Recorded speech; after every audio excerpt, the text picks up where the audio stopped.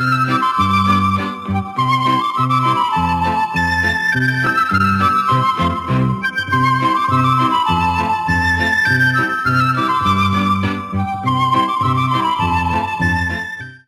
वालेकुम नाज़रीन, प्रोग्राम फ़िक्री सवाल सां गॾु आऊं आहियां तव्हांजी मेज़बान शमा कीरियो। नाज़रीन, जीअं त तव्हांखे ख़बर आहे त प्रोग्राम फ़िक्री सवाल में असां उथारींदा आहियूं उहे सवाल जिन खे इंसान ज़ात जो ज़हन सोचण लाइ मजबूर हूंदो आहे। अॼु बि असां हिकु अहिड़ो टॉपिक खणी तव्हांजे साम्हूं आया आहियूं, उहो आहे त छा मज़हब ऐं रियासत हिकु ॿिए लाइ लाज़िम ऐं मलज़ूम आहिनि या न। व्यूअर्स, जॾहिं असां इन टॉपिक ते सोचूं था, इन सवाल ते सोचूं था त इन सां लाॻापियल केतिरा ई सवाल असांजे ज़हन में अथनि था। मिसाल तौरु मिस्र जा बादशाह जेके फ़िरौन जिन खे चयो वेंदो हो, उन्हनि आख़िर इन ॻाल्हि जी ज़रूरत छो महसूसु कई त हू पंहिंजो पाण खे देवता आमन रह जो फ़र्ज़ंद चवराइनि। अहिड़ी तरह मंगोल जो बादशाह कैसर खाकान ईरान ऐं जापान जे बादशाहनि पंहिंजो पाण खे देवताउनि जो औलाद चवराइणु छो ज़रूरी सम्झियो। आख़िर छो बाबिल जो बादशाह हमूराबीअ खे इन ॻाल्हि जी ज़रूरत महसूसु थी त हू अवाम खे इहो ॾेखारे त हुन जेको क़ानून जोड़ियो आहे उहो हुनखे सिज देवता ॾिनो आहे।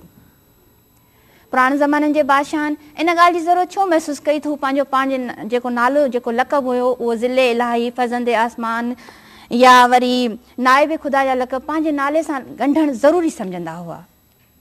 पुराणे ज़माने में पंडितनि, पुरोहितनि, पादरियुनि, मौलवियुनि जो जेको रियासती मामलनि में अमल दख़ल हुयो उहो वक़्तु गुज़रण सां घटि छो थियो। छा जेके मुख़्तलिफ़ रियासतूं आहिनि उन्हनि खे मुख़्तलिफ़ मज़हबनि जे फ़लसफ़े जो ताबे हुअणु घुरिजे या न। अॼु जेको जदीद दौर आहे या क्रैश ऑफ सिविलाइज़ेशन या वॉर ऑन टेरर जे नाले ते जेके बि एक्टिविटीज़ थी रहियूं आहिनि, छा उहे इन ॻाल्हि जी साबिती न आहिनि त मज़हब अॼु बि हिकिड़ी अहिड़ी हक़ीक़त आहे जंहिं ते आलमी सियासत जूं तरजीहात तइ कयूं वञनि थियूं।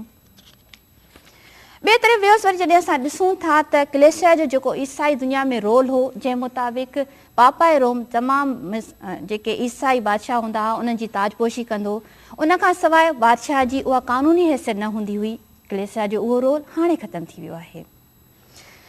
जॾहिं असां हिंदू समाज में ॾिसूं था, ब्राह्मणनि, पुरोहितनि, पंडितनि जे जेको रियासती मामलनि में एतिरो घणो अमल दख़ल हुयो जो जॾहिं मुस्लमान बादशाहनि हुकूमत कई, अकबर, जहांगीर, शाहजहां वग़ैरह, त उन्हनि जी बि दरबारनि में उन्हनि पंडितनि, पुरोहितनि खे हिकिड़ा ख़ासि उहिदा ऐं रुतबा मिलियल हूंदा हुआ।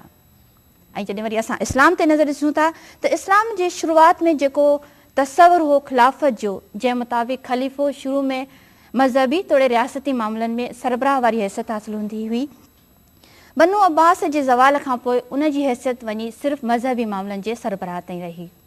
इहो ई सबबु हो जॾहिं आख़िरी अब्बासी ख़लीफ़े अलाउद्दीन ख्वारिज़म जी सल्तनत खे मञण खां इनकार कयो त अलाउद्दीन ख्वारिज़म इहो ऐलान कराए छॾियो त ख़लीफ़े जो सिर्फ़ु ऐं सिर्फ़ु इक़्तिदार जेको आहे उहो जेको हुनजो चयो आहे या हुनजो जेको हुकुम आहे उहो मज़हबी मामलनि ते हूंदो, बाक़ी रियासती मामलनि में हुनजो को बि अमल दख़ल न आहे।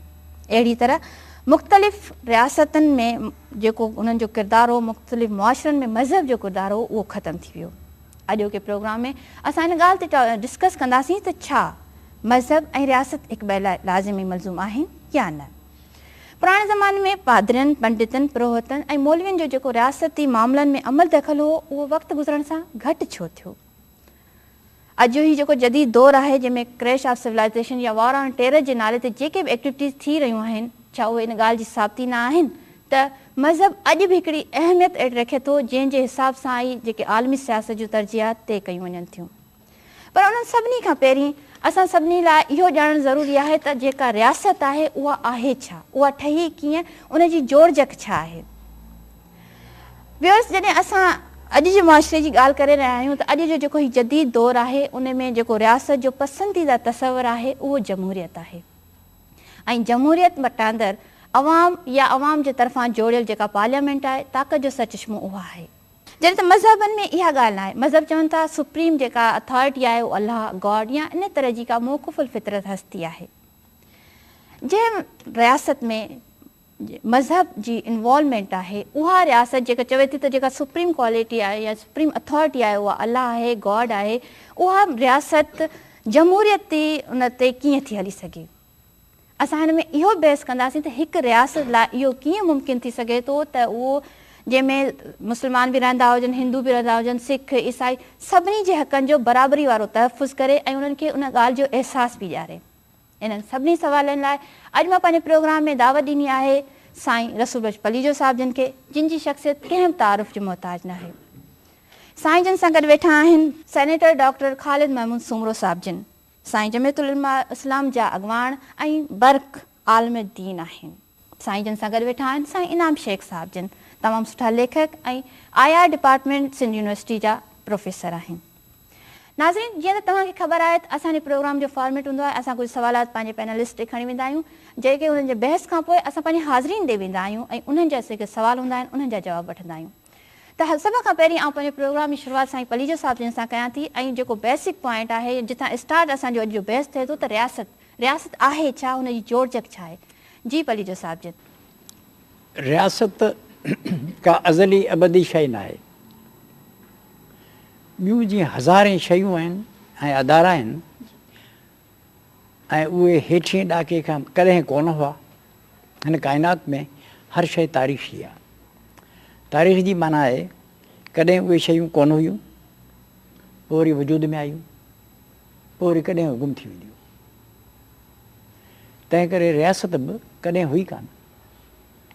कॾहिं रियासत कान हुई, तबका कोन हुआ, ज़ाती मिल्कियत कान हुई। इंसान जीअं असीं हाणे ॾिसूं था ईअं कोन हो। लेकिन रियासत बाद में ठही आहे ऐं बिल आख़िर समाजी साइंस जे उसूलनि पटंदड़ रियासत हेसि ताईं जी रियासत हाकिम ऐं क़ाबिज़ तबक़नि जे तरफ़ां पंहिंजे कब्ज़े ऐं फुरलुट ऐं दॿाउ ऐं तहकमीअ खे बचाइण लाइ हिकिड़ो अदारो आहे जंहिंजो कमु आहे त अवाम खे दॿियल रखिजे ऐं उन्हनि जे अंदरि पंहिंजे फ़ाइदे वारो नज़म ऐं नस्क रखिजे त जीअं हू आराम सां सभिनी माण्हुनि खे फुरे लुटे ताबे बनाए हुकमरान तबक़नि जो मज़े वारो प्रोग्राम जारी रखी सघनि। इहो आहे साइंसी समाज जे नज़र में स्टेट जो नुक़्ते नज़र। नाज़रीन, हीउ जेको मौज़ू आहे इलाही वसी आहे, इन ते बहस असांजी जारी आहे, पर असां वठूं था को नंढिड़ो शॉर्ट कमर्शियल ब्रेक।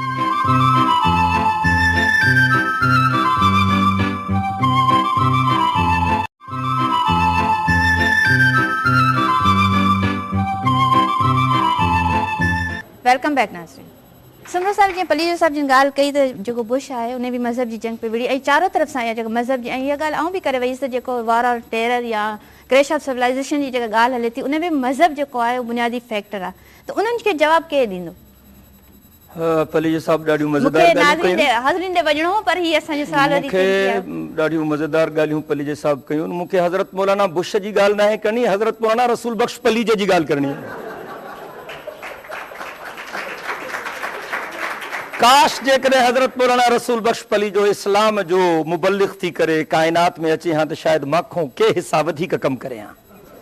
मां वरी बि दुआ थो कयां अलाह उहो ॾींहुं कंदो जो असांजा पढ़ियल कढ़ियल माण्हू जिन खे रब सलाहियतूं ॾिनियूं आहिनि उहे पंहिंजे सलाहियतुनि खे अलाह ऐं अलाह जे रसूल जे दीन जे तबलीग जे लाइ इस्तेमालु कंदा। अल्लाहुम्मा आमीन।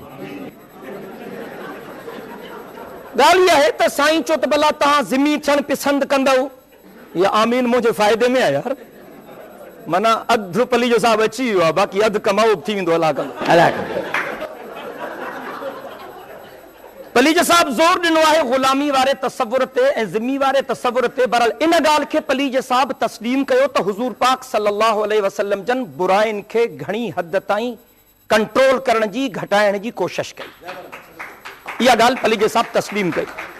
किथे लिखियल आहे क़ुरान में त तव्हां माण्हुनि खे ग़ुलाम बणायो? काथे बि कोन्हे। इन जे करे असां चऊं था त इज्तिहाद जो दरवाज़ो क़यामत ताईं खुलियल आहे। इन ॻाल्हि में मां 100% इत्तिफ़ाक़ कयां थो। इंसानियत जे फलाह ऐं बहबूद जे लाइ इज्तिहाद जो दरवाज़ो खुलियल आहे, इज्तिहाद जो दरवाज़ो बंदि न आहे। ऐं इन सां बि इत्तिफ़ाक़ कयां थो त उहे ॼट अणपढ़ियल मुला न कंदा, आलिम कंदा। इन जे करे मां चवां थो हीअ ॻाल्हि कम जी हले पई, मूंखे मुकमल करणु छॾियो। जीअं पलीज साहिब चयो त हर मुला मौलवी खे हक़ कोन्हे ऐं विच ते पलीज साहिब विकालत जी बि ॻाल्हि करे वियो। बिल्कुलु जीअं वकील साहिब खे ख़बर हूंदी आहे, वॾो वकील असां वटि कहिड़ो आहे जेको वॾे ॾोहारी खे आज़ादु कराए। ख़बर अथसि त खूनी आहे, हे खूनी आ, हिन करप्शन कई आ, हिन मुल्क जो नाणो लुटियो आ, हाणे जेको इनखे आजो कराए इहो वॾो वकील आ, छा इन खां पलीजो साहब इनकार कंदो? सवाल ई पैदा कोन थो थिए। हर फील्ड में अहिड़ा क़िस्म जा माण्हू आहिनि जेके बदनुमा दाग़ आहिनि मुक़दस शोबनि जे मथां। उहे मुल्लनि में बि आहिनि, मौलवियुनि में बि आहिनि, पंडितनि में बि आहिनि, वकीलनि में बि आहिनि, दानिश्वरनि में बि आहिनि, लीडरनि में बि आहिनि। ऐं इन जे करे मां चवंदुसि, छो त साईं फारसी पढ़ी आहे त मां अरबी थो पढ़ां, हल बदल दीन इल्लल मुलूकु अहबार सूइन वरहबानुहुम। टिनि तबक़नि क़ौम जो बेड़ो बोड़ियो आहे, ज़ालिम बादशाहनि, उनजे चमचनि ऐं मज़हब जी ग़लत ताबीर करण वारनि मुल्लनि, मौलवियुनि, पीरनि ऐं फ़क़ीरनि। इन खां केरु थो इनकार करे? असां इहो ई त चऊं था त आलिम में ऐं जाहिल में फ़र्क़ु कयो। बाक़ी हे त चयो वियो त ला इकराह फिद्दीन, दीन में मजबूरी कान्हे। गन पॉइंट ते तव्हां कंहिंजे अक़ीदे खे तब्दील कंदव न, इन जी कतन इजाज़त कान्हे। लकुम दीनुकुम वलिय दीन, तव्हांजे लाइ तव्हांजो दीन, मुंहिंजे लाइ मुंहिंजो दीन। हुज़ूर अकरम सल्लल्लाहु अलैहि वसल्लम जन उन ज़माने में जेके इस्लाहात कयूं उहे क़ाबिल फ़ख्र इस्लाहात हुयूं ऐं हिकिड़ा बुनियादी उसूल हुज़ूर पाक सल्लल्लाहु अलैहि वसल्लम जन असांखे ॾिना। बाक़ी इहो चवनि त मुसलमाननि जे हुकूमतुनि में याने हुज़ूर साईं जी हुकूमत में या हज़रत अबू बकर साईं या हज़रत उमर साईं या हज़रत उस्मान साईं या हज़रत अली साईं जे हुकूमतुनि में बे ग़ुलाम बाज़ारनि में विकाम बाहा कतन कोन्हे। हुज़ूर साईं जन सिलसिले खे बंदि करायो, हुज़ूर जे ख़लीफ़नि सिलसिले खे बंदि करायो ऐं इहे इस्लाहात तारीख़ जे वर्कनि में सोनहरी अखरनि सां लिखण जे क़ाबिल आहिनि। मां सभिनी ॻाल्हियुनि सां इत्तिफ़ाक़ कयां थो, पर पंहिंजी उन ॻाल्हि खे वर्जायां थो त अल्लाह ऐं अल्लाह जे रसूल जे उन पैगाम खे क़बूल करण खां सवा कोई चारो कोन्हे। का बि रियासत हुजे, जीअं पलीज साहब चयो त लफ़्ज़नि जी जादूगिरी न कयो, मां बि अव्हांखे साॻी ॻाल्हि कयां थो त लफ़्ज़नि जे जादूगिरीअ सां हाणे कमु न हलंदो। फ़लसफ़ा बलसफ़ा इहे पंहिंजी जॻह ते, हक़ीक़तुनि खे तस्लीम कयो। जिते मुसलमाननि जी अक्सरियत हूंदी उते यकीनी तौर ते हुकूमत उहे कंदा, जिते हिंदुनि जी अक्सरियत हूंदी अकुल जी तक़ाज़ा ई आहे उहे ई कंदा, जिते यहूदियुनि जी अक्सरियत हूंदी उहे ई हुकूमत कंदा, जिते ईसाइनि जी अक्सरियत हूंदी उहे ई हुकूमत कंदा। इहे हक़ीक़तूं आहिनि, ज़मीनी हक़ीक़तुनि खे तस्लीम करणु घुर्जे। ज़िम्मी जूं बुरायूं त यादि अचनि थियूं, पर असांजे मुहतरमनि खे ग्वांटानामो में जेको ज़ुल्म थिए थो, अबू हुरैब में जेको ज़ुल्म थिए थो, इहे ज़ुल्म जूं दास्तानूं यादि छो थियूं अचनि?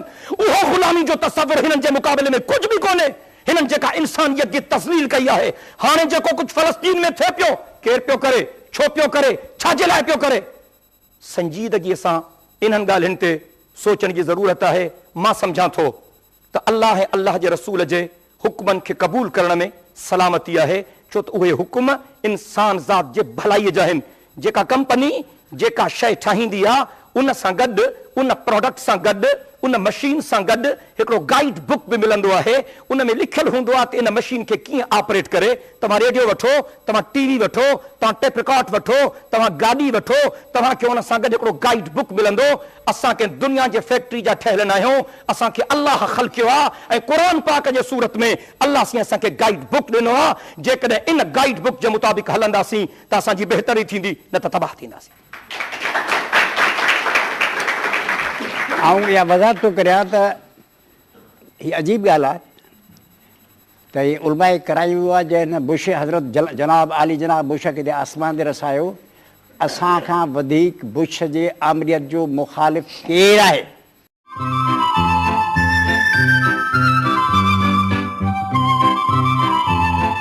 वेलकम बैक नाज़रीन। पलीजो साहब, सुनो साहब ॾाढो डिटेल में तव्हांजे सभिनी ॻाल्हियुनि जो जवाबु ॾिनो। तव्हां मुख़्तसरनि कुझु लफ़्ज़ चवंदो, उन खां पोइ पंहिंजे ऑडियंस ॾे वेंदसि। न न, मूंखे इलाही चवणो आहे, हेॾी सारी ॻाल्हि जो तव्हां मुख़्तसर मां जवाबु ॾींदुसि छा? जी पलीजो साहब, जीअं तकदीर जी ॻाल्हि अची वई, इल्म जी ॻाल्हि अची वई, जी बिल्कुलु, ऐं स्पेसिफिक इस्लाम जी रोशनी में जी जी जी हीअ ॻाल्हि तमामु अहम आहे। हीअ जो अॼु बहस पियो थिए न, अहिड़ो बहस तव्हांखे रोज़ न मिलंदो। पर तव्हां इस्लाम जी रोशनी में ॿुधाए चयो। तव्हां माठ करे वेहो, पाणी थो ॻाल्हायां। हीअ वॾो बहस में बहस जी ॻाल्हि आहे, नंढड़ी ॻाल्हि न आहे। इंतिहाई इहे ॻाल्हियूं इलाही हलियूं आहिनि। हिन भेरे उनजो फ़ैसिलो थियणु खपे। मिस्र ग़ुलामी हुज़ूर जन शुरू न कई, तंहिं करे उहा सुठी थी वई। छा हुज़ूर जन चयो त ग़ुलाम खे मानी खाराइजो, तव्हां ग़ुलाम थियणु पसंदि कंदव? जे सिफ़ारिशाऊं करियां त हिनखे मानी सुठी खाराइजो, तव्हांजा धीअरूं तव्हांजा पुट को माण्हू ॿधियो वेठो हुजे ऐं उहे उन वटि क़ैद हुजनि ऐं उहे उन वटि ज़िना जे वास्ते किताब पिया अचनि पिया वञनि था, ग़ुलाम ते वेठा हुजनि, पोइ हुनजी सिफ़ारिश कजे त हिनखे मानी सुठी खाराइजो, तव्हां अहिड़ा ग़ुलाम थियणु पसंदि कंदव? ऐं जेके ग़ुलाम हुआ से जंगी क़ैदी हुआ, सिर्फ़ु जंगी क़ैदी हुआ, ग़ुलाम त बाज़ार में विकबा हुआ शयुनि वांगुरु। उहे नंढड़ा ॿार जंग में आया हुआ छा? नंढड़ा ॿार विढ़िया पिए छा? मायूं विढ़ियूं पिए छा? तव्हांखे अकुल खां कमु वठणु घुरिजे। ही जाह ऐं जलाल ऐं गुफ़्तगू जे सहर में ग़रक़ न थी वञो। ही तमामु सीरियस मसइलो आहे। ग़ुलामी बदतरीन ॻाल्हि हुई, उहा ख़तमु कई वई, करे सघियो, करे छो त उन दौर में करे सघियो ई माण्हू न थिए। ऐं हींअर थो चवां, ऐं मुतफ़िक़ आहियां साईं सां, त हिकिड़ी तमामु वॾी बुराई हुई, उनजी बुराई खे घटि कयो वियो। बुराई ख़तमु थियणु खपंदी हुई, उहा हाणे थी सघे थी। हाणे दुनिया बर्दाश्त कंदी त उन क़िस्म जा जेके क़ैदी हुआ तिन सां इहो सलूक कयो वञे। ऐं क़ैदियुनि जे बारे में आऊं तव्हांखे चवां, ग़ुलामीअ जे ख़तमु करण जो नालो वरितो हिकिड़े माण्हू अॻे हुज़ूर जन खां तमामु घणो अॻु में, उहो अशोक आज़म। अशोक आज़म चयो त ग़ुलामी ख़तमु थियणु खपे ऐं हुन ख़तमु करे छॾी। पंहिंजे दौर में जंगियुनि में ग़ुलामी माण्हू जेको हाराए, तंहिंजा बच्चा ॿार गदी क़ैदी क़तल न कयो, उन चयो। घणे मुल्क केतिरा माण्हुनि जे हुज़ूर जन जे ज़माने खां तमामु घणो अॻे हुननि ज़बरदस्त ॻाल्हियूं कयूं हुयूं। हिन जी माने कान ॻाल्हि रुॻो हुज़ूर जन खां सभु चङियूं शुरू थियूं, अॻे कुझु बि कोन हो। हे जेके हुआ अरिस्तो हा, यूनानियुनि जेको दानायूं कयूं, जेके अक़ल कया, जेको साइंस कई, फ़साहत में बलागत हिते कान थी हले, हिते इल्म जी ॻाल्हि आहे। चङो, तव्हां ज़मी थियणु पसंदि कंदव?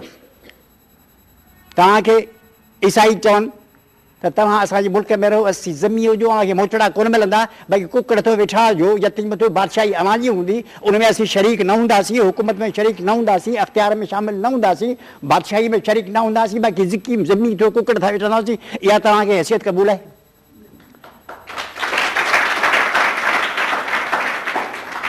ज़मीन जी ज़रूरत कान्हे, इंसान ज़ात सभु बराबरि हुअणु खपनि। हू दौर विया हलिया, पुराणियूं ॻाल्हियूं, हुन में ज़मीन जी ज़रूरत हूंदी हुई। हिन दौर में जेकॾहिं तव्हांखे हिकु निज़ाम खपे त ग़ुलामीअ खे थधो करे मिठो करे फलाणो, नो, ग़ुलामी is not wanted, finish it, ख़तमु करियो। जेकॾहिं ग़ुलामी एॾी पाक ऐं मुतबरक आहे, जंहिंमें इहो काफ़ी आहे, तव्हां हुनखे मानियूं सुठियूं खारायो। ऐं हाणे तव्हांखे छा ॿुधायां त ग़ुलामी औरतूं जेके 50 विकी ॿियूं बाज़ारि में दुकान लॻा पिया हुआ, सॼे इस्लामी दुनिया में औरतुनि जो वापारु जितो जी शयूं थियनि थियूं। इनकार को करे त करे, औरत छा हैसियत हुई? सॼो ॾींहुं हिकिड़ो करबला हुई, हिकिड़ो अज़ाब हो, हिकिड़ी मुसीबत हुई। चङो, जेको माण्हू तव्हां ते हमिलो करे तव्हांखे बचाए वञे। मिस्र जे माण्हुनि अची असां ते हमिलो कयो छा? ख़ुदा जो ख़ौफ़ करियो, ख़ुदा जा बंदा। तव्हां जूं फ़ौजूं अमर बिन आस जी अॻवानी हेठि सिकंदरिया ते हमिलो करे आयूं, असां जूं फ़ौजूं हमिलो करे आयूं। कहिड़ो मिस्र वारनि अची असांजा धाड़ा आया हुआ, जंहिंजे पाण खां करे हलियासीं।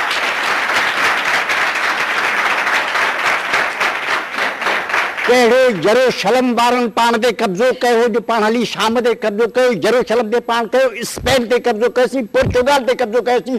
हिंदुस्तान वारनि कहिड़ियूं तराड़ियूं वयूं, जो महमूद गज़नवी हिते चढ़ी अची हेतिरा सुम्हंदा थिया मंदर काई। कहिड़ा मुग़लनि जा धाड़ा आया हुआ, हिंदुस्तान जे माण्हुनि जे मुग़ल हुतां भॻियासीं, टाप टाप टाप टाप करे दिल्ली में वेठा ऐं 500 साल हिते वेठा, मुल्क ते कब्ज़ो करे वेठा हुआ। कंहिंखे था कहाणियूं ॿुधायो? 21वीं सदी में इहे कहाणियूं किथे हलंदियूं बाबा? ग़ुलामी में फ़ाइदो फलाणो थियो, छाजो फ़ाइदो? ग़ुलामी नाक़ाबिले बर्दाश्त आहे, ज़मी हुजणु नाक़ाबिले बर्दाश्त आहे। हीअ नई दुनिया आहे, माण्हू बराबरी जे बुनियाद ते रहनि। मज़हब जे बुनियाद ते का बि तफ़रीक़ न हुअणु खपे। कंहिंजो मज़हब कहिड़ो आहे तंहिंजे बुनियाद ते स्टेट में सभु भाईवारो। ऐं हीउ दौरु कहिड़ो आहे? हीउ नंढड़ी स्टेट जो दौरु आहे छा? आलमी साम्राज सॼे मुल्क जो मालिक थियो वेठो आहे। हे स्टेट कूड़ियूं आहिनि तव्हांजे अॻियां जेके वेठा आहिनि, खुदरा खुदरा वेठा मथां कनि, इहे स्टेट्स आहिनि। असल चाबी साम्राज आहे। हे सभु हुनजा पटियाला नौकर वेठा आहिनि। मुस्लमान मुल्क सभु ग़ुलाम आहिनि, ताबे आहिनि, हुनजे हुक्म जे हुक्म वेठा आहिनि। असीं वकील वेठा आहियूं, उहे बि ताबे आहियूं। असीं उलमा वेठा आहियूं, इहे बि ताबे आहियूं। जेके हाज़िरियूं भरे वेठा, जे अफ़गानिस्तान में लड़िया पिए, हुननि जे पारां जिन पे कयो, इहे बि हुननि जा नौकर हुआ। असीं बि नौकर, पटियाला ही बि आहिनि, हू बि आहिनि। ज़रूरत आहे हिकिड़ी आलमी निज़ाम जी।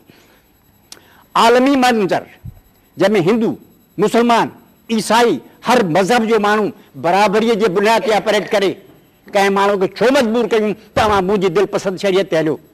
छो इहो थिए त हिंदुनि जी दिलपसंद शरीयत ते हलो ईसाइनि जी दिलपसंद शरीयत ते हलूं। ख़ुज़ मां सफ़ा दा मां क़दर अॼु जे दौर जे गुज़रण खां पोइ जेके चङियूं ॻाल्हियूं आहिनि जेके सुठियूं ॻाल्हियूं आहिनि सभिनी क़ौमनि में ऐं अॻूणनि ज़माननि में बि ख़ुदि हिन खां अॻु में इहे जेके मज़हब त कालाया आहिनि इन्हनि खां अॻे हज़रत ईसा खे थिया आहिनि वधि में वधि 2000 साल बसि न। इंसान ज़ात जी उमिरि घटि में घटि हिते 20-30 हज़ार साल आहे। उन सॼे दौर में जेके सभु चङियूं ॻाल्हियूं हुजनि यूनान खां ख़ासि करे सिखणु खपे चीन खां सिखणु खपे। ख़ुदि चयो आहे मुस्लमान तलबतुल इल्म फरीज़तुन अला कुल्लि मुस्लिमन व मुस्लिमतुन ऐं उतलबुल इल्म लौ कान फी सीन जेकॾहिं चीन में हुजे उहो बि इल्मु हासिलु कयो। त हाणे त हीउ जेको मामिलो थियो उलमाए कराम आया अमेरिका जे महिरबानीअ सां ऐं ज़ियाउल हक़ जे महिरबानीअ सां वॾो कमु थियो फस्ट क्लास थियो।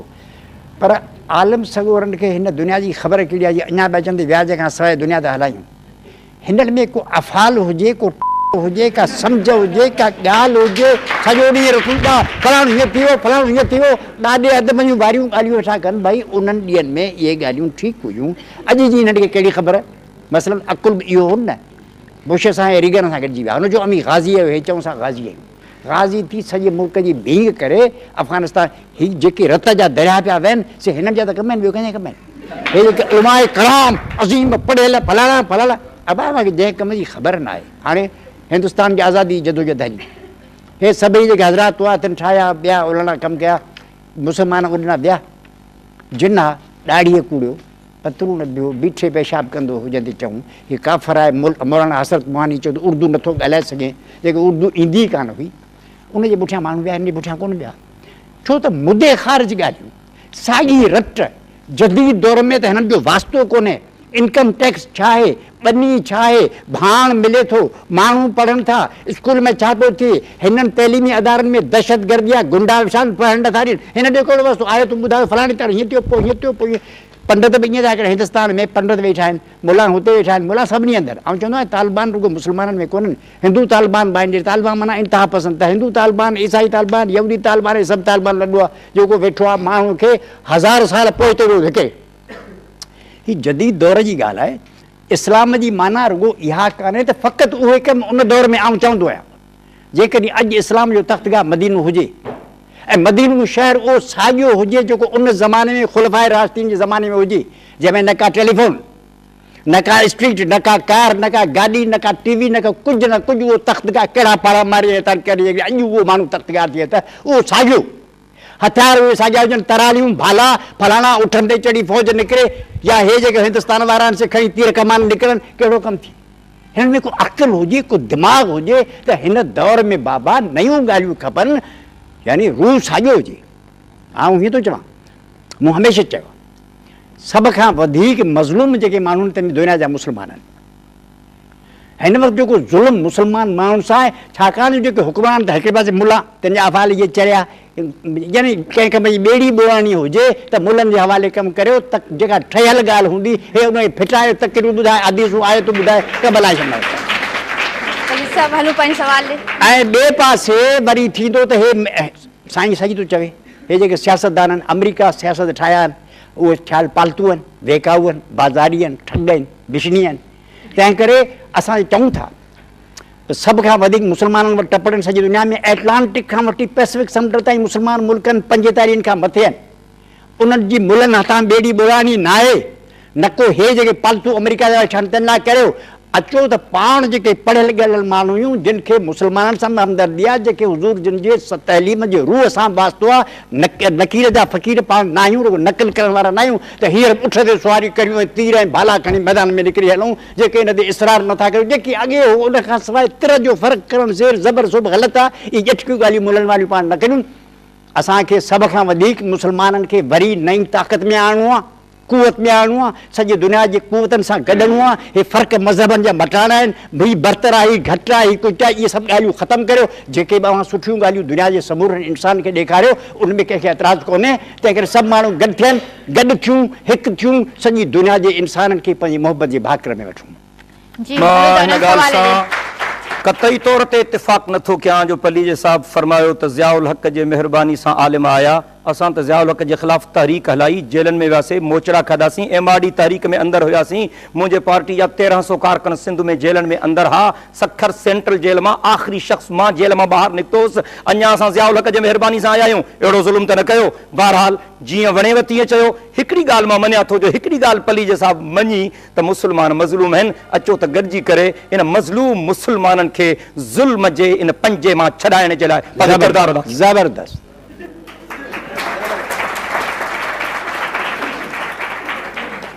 रियासत ऐं मज़हब ते असांजी बहस जारी आहे। किॾां वञो न, वापसि अचां ब्रेक खां।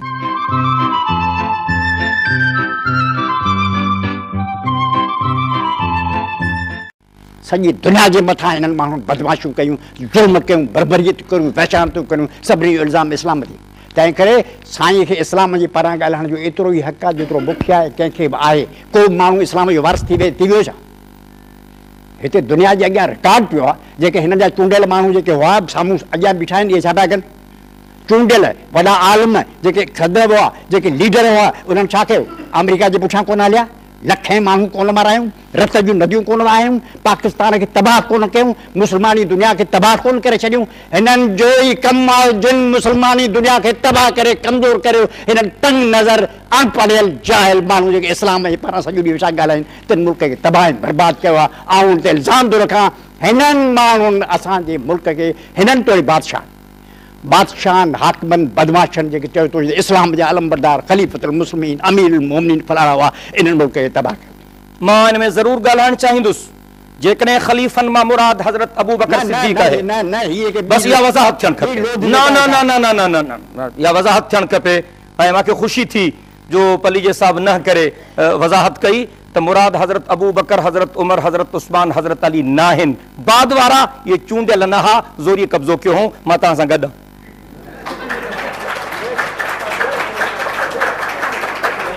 सर सवाल मुझे ये हुआ था जो मौजूदा रियासती निज़ाम आहे वो बिना मुख्तलिफ आज का 1500 साल पहले जहाँ इस्लाम में जेके कानून कायदा ठाहिया विया उहे मौजूदा रियासत में लागू कयूं, छा उहे अवाम जी जेके मौजूदा तक़ाज़नि ते पूरा लही सघनि था या न, या उन जी फ्यूचर में या प्रेज़ेंट में एप्लीकेशन छा आहे?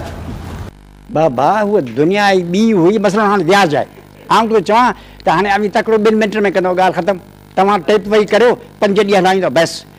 व्याज तव्हीं चओ था, उन ज़माने में व्याज जी जेका हैसियत हुई ऐं उन ते बंदिश दी वई हुई। अॼु ॿुधायो, ईरानी मुस्लमाननि खां पुछो, सऊदी अरब वारनि खां पुछो, क़ुरान रखो मथे ते, व्याज खां सवाइ कमु हली सघे थो?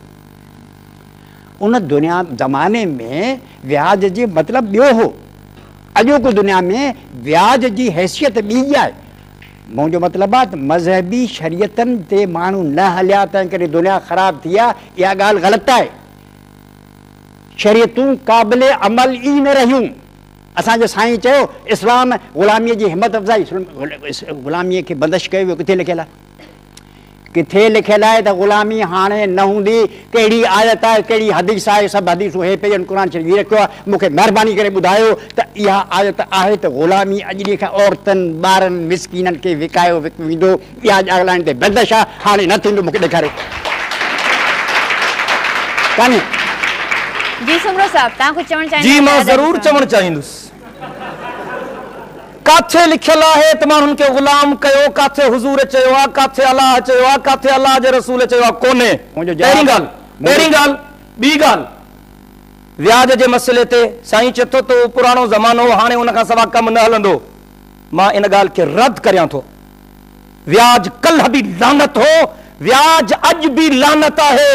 ऐं व्याजी निज़ाम जे करे ग़रीबनि जो इस्तेसाल थिए पियो। ऐं अल्लाह जी महिरबानी सां हिन वक़्तु यूरोप में, अमेरिका में, मुख़्तलिफ़ मुल्कनि में असांजे मुस्लमाननि बिला सूद बैंकारी जो निज़ाम जारी कियो आहे। जॾहिं असां वटि मुतबादिल निज़ाम मौजूद आहे, जिते तव्हांजो माल महफ़ूज़ बि रहे, तव्हांखे नफ़ो बि मिले, त पोइ हरू भरू अल्लाह ऐं अल्लाह जे रसूल सां जंग जी ज़रूरत कहिड़ी आहे?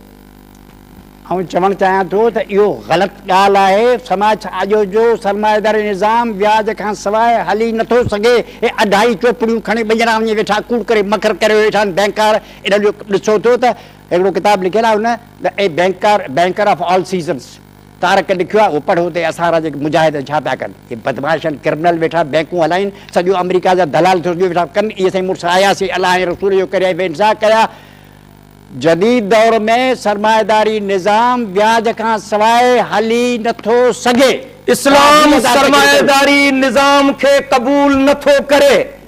तव्हांजे करण सां केतिरो तव्हांखे पुछे सही सिधी ॻाल्हि थो कयां, तव्हांखे केरु थो पुछे इस्लाम सरमाएदारी निज़ाम खे क़बूल नथो करे। न करे साईं अलाए कंहिंजो किताब पढ़ियो आहे, मां साईं खे चवां थो त मुफ्ती तक़ी उस्मानी बिलासुद बैंकारी ते किताब लिखियो आहे, महिरबानी करे पली जो साबुण जो मुतालो करे। आऊं ॿी ॻाल्हि थो करियां।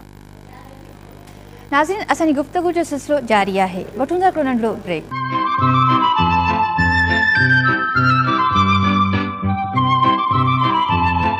मां इन ते ज़रूर ॻाल्हाईंदुसि छो त सभु सुवाल मां सां लाॻापियल आहिनि। हिकिड़ो सवाल मूंखे बि तव्हां खां पुछणो आहे। इंतहाई मुख़्तसर कंदुसि, मां डायरेक्ट करण जी मूंखे ज़रूरत कोन्हे। इनाम साहब जे गुफ़्तगू जो ख़ुलासो इहो आहे त पाकिस्तान जो बेड़ो मज़हबी माण्हुनि ॿोड़ियो आहे। ॿिन्ही आमरनि ऐं मज़हबी धुरनि गॾिजी।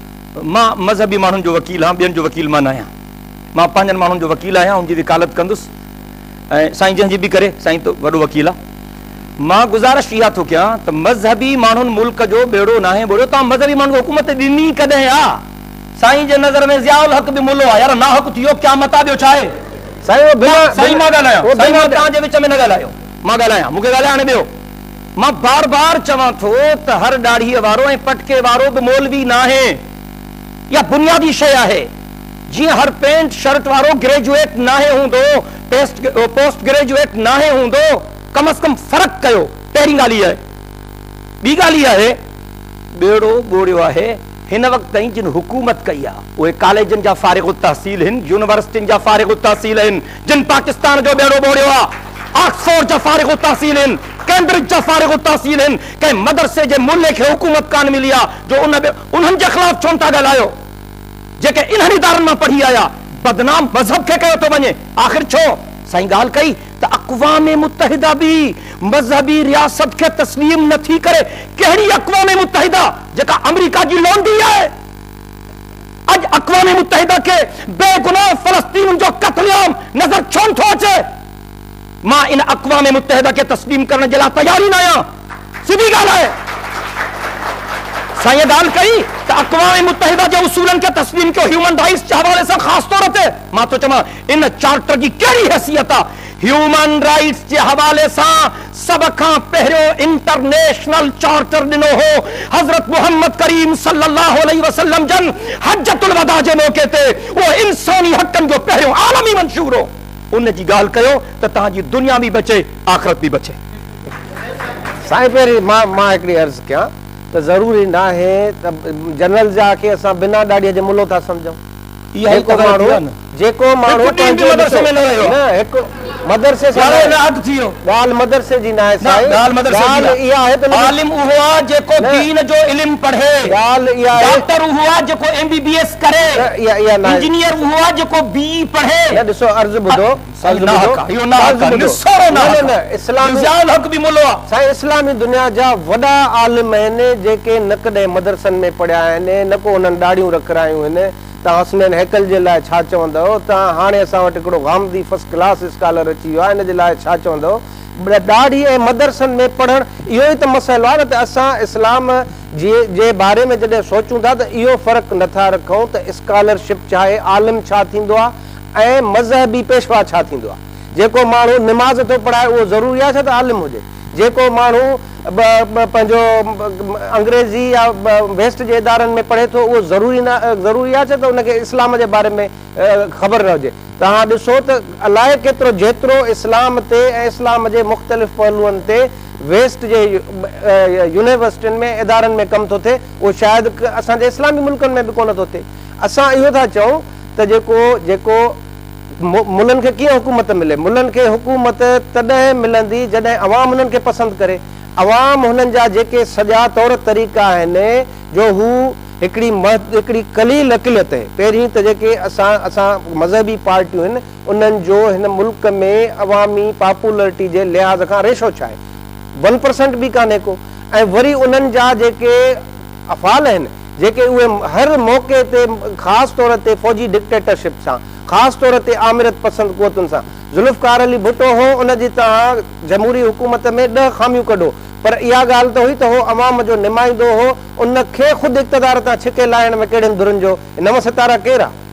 जॾहिं बि का अवाम दुश्मन, जॾहिं बि अवाम दुश्मन एक्टिविटी थिए थी त चाहींदे या न चाहींदे पोइ पंहिंजे बेख़बरीअ में ई इहो हल्को इस्तेमालु थी थो वञे अवाम दुश्मन जेको आहे सो एक्टिविटीज़ में, ऐं नतीजो इहो थो थिए त हिकु तरफ़ इस्लाम जो जेको हिकिड़ो इंसान दोस्त तस्वुरु आहे, जेको इनक़िलाबी तस्वुरु आहे, उहो बि बदनाम थो थिए, ऐं उन सां गॾोगॾु अवाम में जेका मज़हब ॾांहुं जेको हिकिड़ो सालियो रवैयो हुजणु घुरिजे, उहो उनजे बजाए ख़ुदि हिकिड़ो रद्दमल वारो रवैयो पैदा। मां इन्हनि आर्ग्यूमेंट्स खे क़बूल करण जे लाइ तयारु कोन आहियां। इनाम साहब खे अल्लाह ताला ख़ुशि रखे, मूंखे बि हक़ आहे।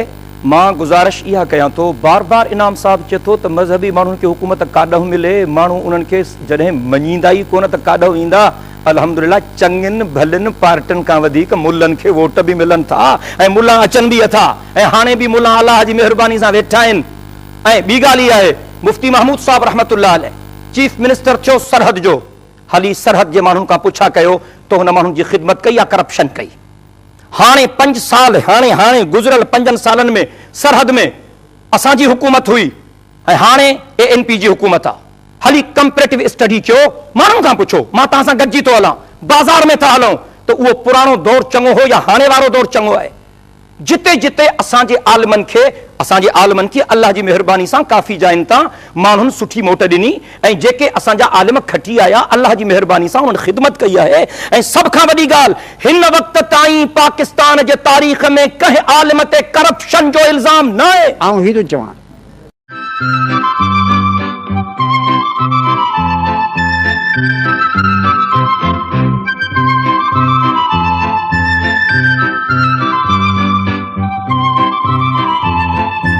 त इहो इस्लाम जो एज़ाज़ आहे त जेकॾहिं इस्लामी हुकूमत में, इस्लामी सल्तनत में जेकॾहिं कंहिं ज़िम्मी खे को क़त्ल थो करे त उनखे क़त्ल करणो आहे, भली मुसलमान हुजे।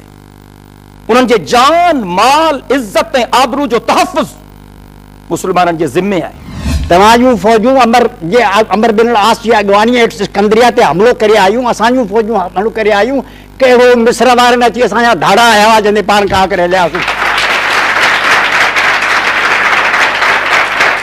जॾहिं बि मज़हब ऐं रियासत जा मामला हिक ॿिए सां गॾु विचड़ थिया आहिनि, तॾहिं वॾा प्रॉब्लम्स पैदा थिया आहिनि। पोइ जेके जंगी कैदी थींदा हुआ जंहिं बि पासे ॾांहुं, मर्द या मायूं, उन्हनि सां जेको हशर थींदो हो, उन हशर खे ज़ुबान सां बयानु नथो करे सघिजे। चयो त ग़ुलाम खे मानी खाराइजो, तव्हां ग़ुलाम थियणु पसंदि कंदव, जे सिफ़ारिशाऊं करियां त हिनखे मानी सुठी खाराइजो। तव्हांजा धीअरूं, तव्हांजा पुट को माण्हू ॿधियो वेठो हुजे ऐं उहे उन वटि क़ैद हुजनि, ऐं उहे उन वटि ज़िना जे वास्ते किथे पिया अचनि पिया वञनि था, ग़ुलाम ते वेठा हुजनि, पोइ उनजी सिफ़ारिश कजे त हिनखे मानी सुठी खाराइजो। तव्हां अहिड़ा ग़ुलाम थियणु पसंदि कंदव? इंसानियत जे फलाह ऐं बहबूद जे लाइ इज्तिहाद जो दरवाज़ो खुलियल आहे, इज्तिहाद जो दरवाज़ो बंदि न आहे। ऐं इन सां बि इत्तिफ़ाक़ कयां थो त उहे ॼट अणपढ़ियल मुल्ला न कंदा, आलिम कंदा। जॾहिं बुश बि मज़हब जी जंग विड़ी, सभु हिंदुस्तान जी बि पाण ॻाल्हि करे वियासीं ॿियनि जी, त पोइ जेका इस्लाम जी जेका जहाद जी ॻाल्हि तव्हां कयो था पिया, त को उन्हनि खे बि त जवाबु त इस्लाम खे बि त ॾियणो आहे न। जवाबु हेॾे चरिया ॾींदा, चरिया मुला जी वेठा आहिनि, सही वेठा ॾींदा। मुंहिंजी ॻाल्हि मुला जी या हिननि खे इल्मु आहे, हिननि खे जंग जो फन अचे थो, हिन खे डिप्लोमेसी अचे थी, हिननि पढ़ियो आहे, हिन जदीद दौर खे मुतालो कनि, काल कंदा छा थींदा? ही दौर, हिन दौर जूं ज़बरदस्त तक़ाज़ाऊं जंहिंमें माण्हुनि खे समुंड पीअणो आहे। नाज़रीन, असांजी बहस हली चुकी आहे, असांजे हाज़रीन जे ज़हन में ज़रूरु सवाल हूंदा, असां हलूं था पंहिंजे हाज़रीन जे। राजा यूनिवर्सिटी में डॉक्टर खालिद मसूद साहब क्वेश्चन आहे त रियासत में हिकु राय आमा थींदा आहिनि, बुनियादी माण्हुनि जे हक़ आहे पंहिंजी राय आमा ॾेई, इस्लाम में राय आमा जो कीअं आहे? तमामु सुठो सवाल कयो आहे त राय आमा खे पंहिंजी मर्ज़ी जे मुताबिक़ फ़ैसिलनि करण जो हक़ मिलणु खपे। सुठी ॻाल्हि आहे, इस्लाम बि इहा इजाज़त ॾिए थो, पर कुझु पाबंदियूं ज़रूरु आहिनि, ऐं उहे इंसान ज़ात जे भले में। माउ जा पंहिंजा हक़ आहिनि, भेण जा पंहिंजा हक़ आहिनि, न्याणी जा पंहिंजा हक़ आहिनि, ज़ाल जा पंहिंजा हक़ आहिनि, सभिनी खे साॻी कतार में नथो बीहारे सघिजे। ये अखलाकी कुछ पाबंदियूं आहिनि। राय आमा मग़रिबी जमहूरियत सां इन नुक़्ते ते असांजो इख़्तिलाफ़ आहे। हिते जेकॾहिं माण्हुनि जी अक्सरियत हिकु लुच लोफर खे वोट ॾे, धाड़ेल खे वोट ॾे, बदकिरदार माण्हू खे वोट ॾे, त उहो क़ाइद थी वेंदो, लीडर थी वेंदो। इस्लाम चए थो त क़यादत करण जे लाइ उहे जेके ज़रूरी शयूं आहिनि, गट्स त हुजणु खपनि उन माण्हू में। उहो सचो हुजे, उहो ईमानदार हुजे, उहो करप्ट न हुजे, उन जा हथ ग़रीबनि जे खून में ॿुॾल न हुजनि, उहो ज़ालिम ऐं जाबिर ऐं लुटेरो न हुजे। अहिड़े क़िस्म जा माण्हू अचनि, इलेक्शन थिए त उन्हनि जे विच में थिए। राय आमा जी हर शइ खे मञण जे लाइ तयारु हूं, पर उन में जेके अख़लाकी पाबंदियूं आहिनि उन्हनि जो ज़रूर लिहाज़ करणु खपे। सिर्फ़ु एतिरो, ऐं इहा ॻाल्हि कॉमन सेंस ऐं अकुल जे मुताबिक़ आहे। पलीजे साहब का इहो सवाल आहे त पलीजे साहब जिन फरमायो त घणई ॻाल्हियूं घणनि क़िस्म जा थींदियूं, पर असां हिकिड़े फिलासफर खे पढ़ियो आहे त उन चयो everything depend two U how you see, माना कंहिं शइ खे तव्हां पंहिंजी नज़रिए सां कीअं था ॾिसो ऐं तव्हां हिन ॻाल्हि खे कीअं साबित करे सघो था त असां जंहिं शइ जे बारे में ॿुधाए रहिया आहियूं उहो ई सही आहे। ज़रूरी न आहे त हर माण्हू उन शइ खे उन ई एंगल सां ॾिसे। ऐं कॾहिं थो चवां त सभु शयूं मुंहिंजे चवण ते हलनि। इहो सुवालु तव्हां किथां आंदो आहे? आसमान में किरियो आहे, हेठि किरियो आहे? मूं किथे चयो आहे? मूं ते तव्हां केॾो इल्ज़ाम पिया आणियो। मूं चयो जेके आऊं थो चवां सही आहे। असीं नुक़्ते नज़र पेश था करियूं। असीं चऊं था त साईं मौलाना साहिब जिन हिकिड़ो नुक़्ते नज़र पेश कयो आहे, चए थो त मसइलनि हाणे हींअर कई त इस्लाम हीअं थो चए। इस्लाम जे इन चवण खां पोइ जेके चूंडजी अॻियां आया हुआसीं कहिड़ो आहे? उहे कातल ऐं जलाद न हुआ जिन ॿियनि मुल्कनि ते हमला करे लखनि माण्हुनि खे मारायो। इस्लाम इस्लाम जे नारनि जे गूंज में उहो माण्हू कोन आहे जिन माण्हुनि जो जीअणु हराम करे छॾियो। हे ख़लीफ़ा केरु हुआ? हे अब्बासी केरु हुआ? हे यज़ीद केरु हुआ? हे सुल्तान केरु हुआ? हे मलूक केरु हुआ? हे गुंडा जेके दुनिया जे वेठा हुआ, ॾाढ़ियूं रखायो, मुल्क जा मालिक ते वेठा हुआ, उन्हनि खे मुलनि जी ताईद हासिल न हुई। हिंदुस्तान में जेको अज़ाब थियो इन में केरु हुआ? फ़क़ति ईअं चई छॾनि इस्लाम हीअं थो चए, इस्लाम हीअं थो, इस्लाम हीअं थो। इस्लाम जे चवण खां पोइ जेको नतीजो निकितो मां इन ते जी बिल्कुलु मां आख़िरी ॻाल्हि कयां थो इन ते। अल्लाह ताला जी महिरबानी सां मां जिन आलिमनि जी नुमाइंदगी कयां थो, मां सभिनी मुल्हनि जो ठीको कोन कयो आहे। सुमरो साहब, हिकिड़ी ॻाल्हि मां तव्हां खां सवेर खां पुछणु चाहियां थी त जेको तव्हां बार बार चओ था न त सभिनी जो ठीकु, इहो फ़र्क़ु केरु कंदो? इहो बि हिन सवाल में जवाब में तव्हां ॿुधाईंदा हिन जे लाइ वरी ॿी निशिस्त रखिजो त पोइ हुन में वरी ॿ कलाक ॻाल्हाईंदा। न, जो बार बार इहा ॻाल्हि थिए थी, हींअर जेका ॻाल्हि अचे पई मां हुन ते ॻाल्हायां पियो। मां सभिनी मुल्हनि जो ठीको कोन कयो आहे। मुंहिंजो कहिड़नि आलिमनि सां वास्तो आहे हिन बर्रे सग़ीर जे हवाले सां? हज़रत शेखुल हिंद आहे, मौलाना हुसैन अहमद मदनी आहे, मौलाना अबुल कलाम आज़ाद आहे, मौलाना ताज महमूद अमरोटी आहे, सैयद मोहम्मद शाह अमरोटी आहे, मौलाना उबैदुल्ला सिंधी आहे। मां जिन आलमनि जी ॻाल्हि कयां थो, मौलाना अब्दुल करीम कुरैशी बेर शरीफ़ वारो आहे। मां जिन बुज़ुर्गनि जी ॻाल्हि कयां थो, अल्लाह जी महिरबानी सां उन्हनि कितमाने हक़ कोन कयो आहे, उन्हनि हक़ नाहे लिकायो। औरतुनि जे मसइले ते पलीजो साहब चए थो, अल्लाह ताला जी महिरबानी सां पार्लियामेंट में ॻाल्हायूं पिया औरतुनि जे हक़नि ते। मुंहिंजूं मुस्तक़िल तक़रीरूं आहिनि, अगरि पलीजो साहब चवंदो मां कैसेट पेश कंदुसि। ॿियो ऐं पर सिंध में ॻाल्हायो, असांजी पार्लियामेंट हिते आहे। सिंध में त तमामु घणो थो ॻाल्हायां, शायदि अकेलो मुल्लो थो ॻाल्हायां। तव्हांखे एप्रिशिएट करणु खपे। असीं करियूं था। अल्लाह जी महिरबानी सां, वॾी महिरबानी तव्हांजी। ॻाल्हायूं पिया। बाक़ी हीअं हेठि करे ज़ोरीअ था हा कराइनि से अहिड़ो निकाह मां न पढ़ायो आहे। पलीजे साहब पढ़ायो हुजे त ॿुधाए। मां कोन पढ़ायो आहे, मां कोन पढ़ायो आहे। मां इहा ॻाल्हि कई आहे त ज़बरदस्ती जी शादी न करायो, क़यामत में मोचड़ा खाईंदो। हाणे बि साॻी ॻाल्हि थो कयां, कल्ह बि साॻी ॻाल्हि कई हम, सुभाणे बि साॻी ॻाल्हि कंदुसि। ज़बरदस्त।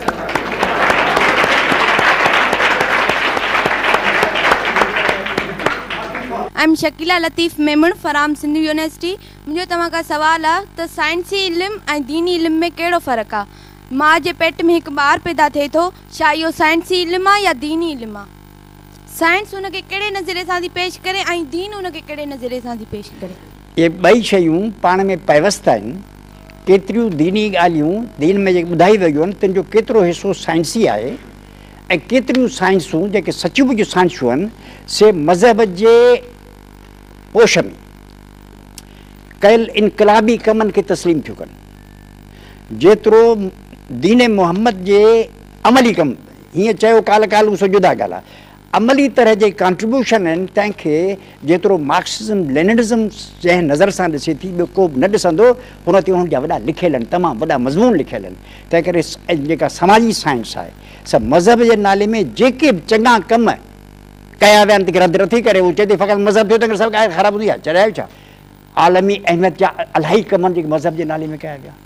पहिरीं यूरोप में बि ईअं थियो आहे, ॿियनि हंधनि ते ईअं थियो आहे, केतिरा कम ख़राबु आड़ में कया विया आहिनि, केतिरा सुठा कया विया आहिनि। तंहिं करे इहे ॿई हिक ॿिए जी ज़िद बि आहिनि, पर हिक ॿिए सां मिलियल बि आहिनि, हिक ॿिए में समायल बि आहिनि, हिक ॿिए ते दारू मदार बि रखनि था। महिरबानी प्लीज़ साहब, मूंखे हुन हिकिड़ो मिंट सिर्फ़ु हिकिड़ो मिंट हुन दोस्त जेका ॻाल्हि कई हुई त दीन में या मज़हब में क़ौम परस्ती जे हवाले सां सिर्फ़ु उन ते हिकिड़ो जुमिलो अर्ज़ु कयां थो, क़ौमुनि जे जाइज़ हक़नि जे हासिलात जी जंग लड़ण जी दीन इस्लाम इजाज़त ॾिए थो ऐं दीन इस्लाम चए थो त जेको क़ौमुनि जा जाइज़ हक़ ग़सब करे उन सां ज़ालिमनि ऐं कातिलनि जो सलूक कयो। मिठड़े मुहम्मद करीम सल्लल्लाहु अलैहि वसल्लम जन वाज़िह तौर ते क़ौम जे जाइज़ हक़नि जे तहफ़ुज़ जे ज़मानत ॾिनी आहे। मां जंहिं इस्लाम जी ॻाल्हि कयां थो उहो कंहिं बि क़ौम ते कंहिं बि ॿी धुर जे ज़ुल्म ऐं तशद्दुद खे कंहिं बि क़ीमत ते क़बूल करण जे लाइ तयारु कोन्हे। नाज़रीन, छा रियासत ऐं मज़हब हिक ॿिए लाइ लाज़मी मलज़ूम आहिनि? इन ते तव्हां असांजे महिमाननि जो बहस ॿुधो जेको इंतिहाई शानदार बहस हुयो ऐं उन में तमामु घणियूं अहम ॻाल्हियूं ज़ेर बहस आयूं। आउं उन ते को बि तबसरो नथी कयां। ईंदड़ हफ़्ते हिक ॿिए मौज़ूअ ते असां बहस कंदासीं। तेसिताईं पंहिंजी मेज़बान शमा कीरियो खे इजाज़त ॾींदा। अल्लाह।